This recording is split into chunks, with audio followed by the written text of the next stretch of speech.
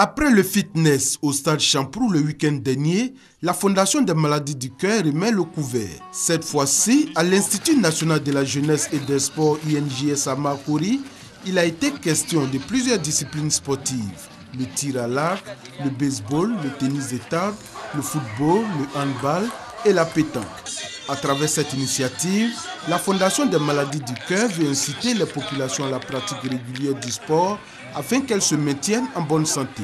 La Fondation a 5 ans. Aujourd'hui, nous célébrons le sport. On a une vingtaine d'activités qui se passent de façon simultanée. Nous travaillons avec l'expertise des différentes fédérations. L'action de la Fondation des maladies du cœur est soutenue par le ministère des Sports et Loisirs, représenté à cette cérémonie par le chef de cabinet Henri Kouassi. Nous nous rendons compte que c'est une promotion qui se fait, qui amène les jeunes Ivoiriens, les jeunes sportifs, nos enfants à pratiquer le sport et surtout à améliorer leurs conditions physiques. La pratique régulière des activités physiques selon les experts permet d'avoir une bonne condition physique. Elle protège de la survenue des maladies cardiovasculaires, protège de certains cancers, en particulier celui du sein chez la femme, de la prostate chez l'homme et du côlon chez les deux sexes. Elle réduit également le risque de diabète et aide à mieux équilibrer le taux de sucre dans le sang.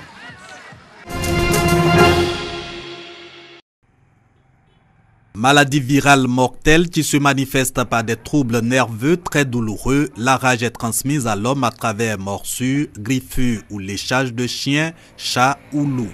Bouaké, cadre de la commémoration en Côte d'Ivoire de la 9e édition de la Journée mondiale de lutte contre la rage, est la première ville ivoirienne la plus rabique avec déjà 15 cas pour l'année 2015. Les populations sont donc exhortées à faire vacciner leurs enfants et leurs animaux, la vaccination restant pour le directeur du centre antirabique le moyen d'éradication de la rage. La rage, c'est une maladie, une fois qu'elle est déclarée, elle est automatiquement mortelle et il n'y a rien. Il n'y a pas de traitement spécifique. Il n'y a pas les antibiotiques, aucun traitement ne peut guérir la rage une fois qu'elle est déclarée.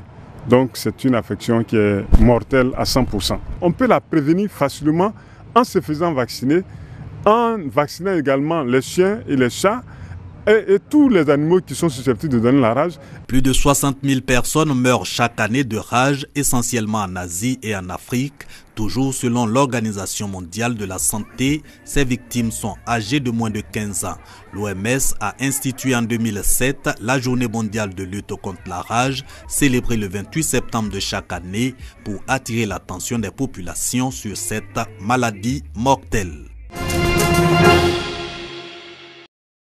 Ils sont 82 000 nouveaux bacheliers enregistrés pour l'année scolaire 2014-2015. Parmi eux, 12 000 prendront la direction des amphithéâtres des universités publiques de Côte d'Ivoire. 70 000 seront orientés vers les universités privées et grandes écoles. Quelle filière choisir? Quelles sont les offres du secteur de l'enseignement privé? Le 6e salon de l'enseignement supérieur répond à ces questions. Cette tribune d'information et d'orientation offre à ses futurs étudiants les meilleures opportunités de formation. Nous sommes l'école des entrepreneurs, c'est l'école pratique, on parle d'employabilité et nous sommes dans notre domaine, bien entendu. Les atouts, c'est le volet animalier, les atouts, c'est le volet végétal. Alors premièrement, les enfants savent ce qu'ils veulent faire, mais ils ne savent pas ce qu'il y a à l'intérieur de chaque formation. Donc pour nous, c'est de leur assurer et leur permettre de faire un choix judicieux pour leur carrière. Ça a été vraiment très bénéfique pour moi parce qu'après mon bac, je n'avais pas trop d'idées où aller. Cette année encore, le ministre Niamien Kounan insiste sur la qualité de la formation, gage d'un emploi certain pour les étudiants. Il prône l'enseignement numérique, c'est-à-dire l'université virtuelle pour régler la question des effectifs pléthoriques dans les universités de Côte d'Ivoire. 82 000 bacheliers cette année, encore une fois je dis c'est une très bonne chose. Nous souhaitons même arriver rapidement à 200 000, mais on a ces 82 000 bacheliers et en même temps on a le problème de la qualité de l'enseignement. Et le numérique peut nous permettre d'aborder et d'adresser efficacement ces questions. Le 6e salon de l'enseignement supérieur se tient du 28 au 30 septembre à l'université Félix Houphouët-Boigny de Cocody.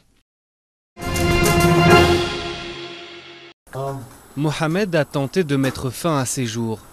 Habitant de Gaza et père de 2 enfants, il n'a pas supporté la fermeture de son petit stand en bord de mer par les autorités.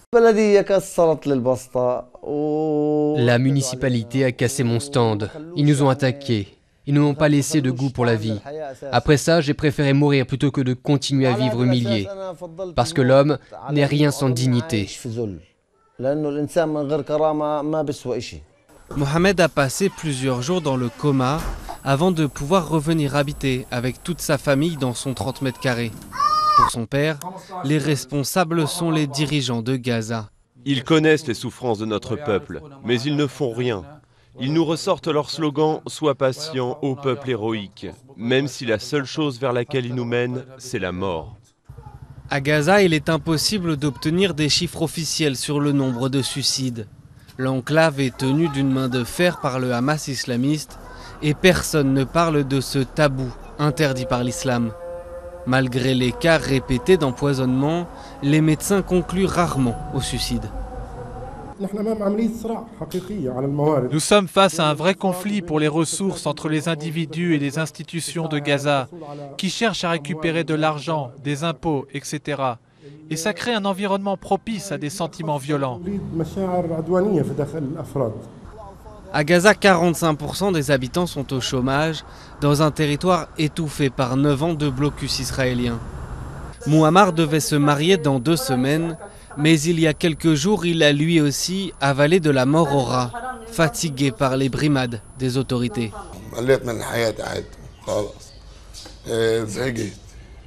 Je suis fatigué de la vie ici. Fatigué. Je préfère boire le poison et mourir. C'est mieux.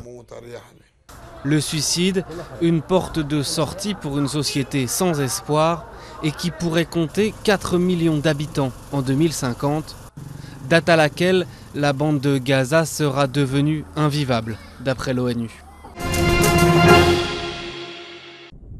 Sous le soleil du Rajasthan, du nouveau. Des milliers de panneaux solaires flambant neufs, symbole de l'appétit indien pour l'énergie renouvelable. Le gouvernement a décidé de renouveler les anciens panneaux du pays. Des mesures comme des allègements de taxes sont aussi proposées aux entreprises qui voudraient se lancer dans cette industrie naissante. Tout le monde avait peur de se lancer dans le solaire. Personne n'était prêt à le faire. Parce qu'à l'époque, cette technologie était très récente. On ne savait rien, on n'avait aucune donnée. C'est pour ça que nous nous sommes lancés et c'est devenu une bonne opportunité. Avec plus de 300 jours d'ensoleillement par an, le potentiel en Inde est immense. Le Premier ministre Narendra Modi a fixé l'objectif de fournir des millions d'habitants en électricité et réduire les pannes fréquentes. Le Premier ministre a fait passer les objectifs de 20 000 MW à 100 000 MW, une multiplication par 5 de ces objectifs. L'Inde ne le fait pas sous la contrainte ou quoi que ce soit. De nous-mêmes, nous pensons que c'est bien pour la planète et aussi pour le pays. C'est l'autre enjeu, et il est diplomatique.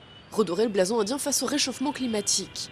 À quelques mois de la conférence sur le climat à Paris, l'Inde est en retard. 3e nation la plus polluante, son énergie est générée à 60% par du charbon.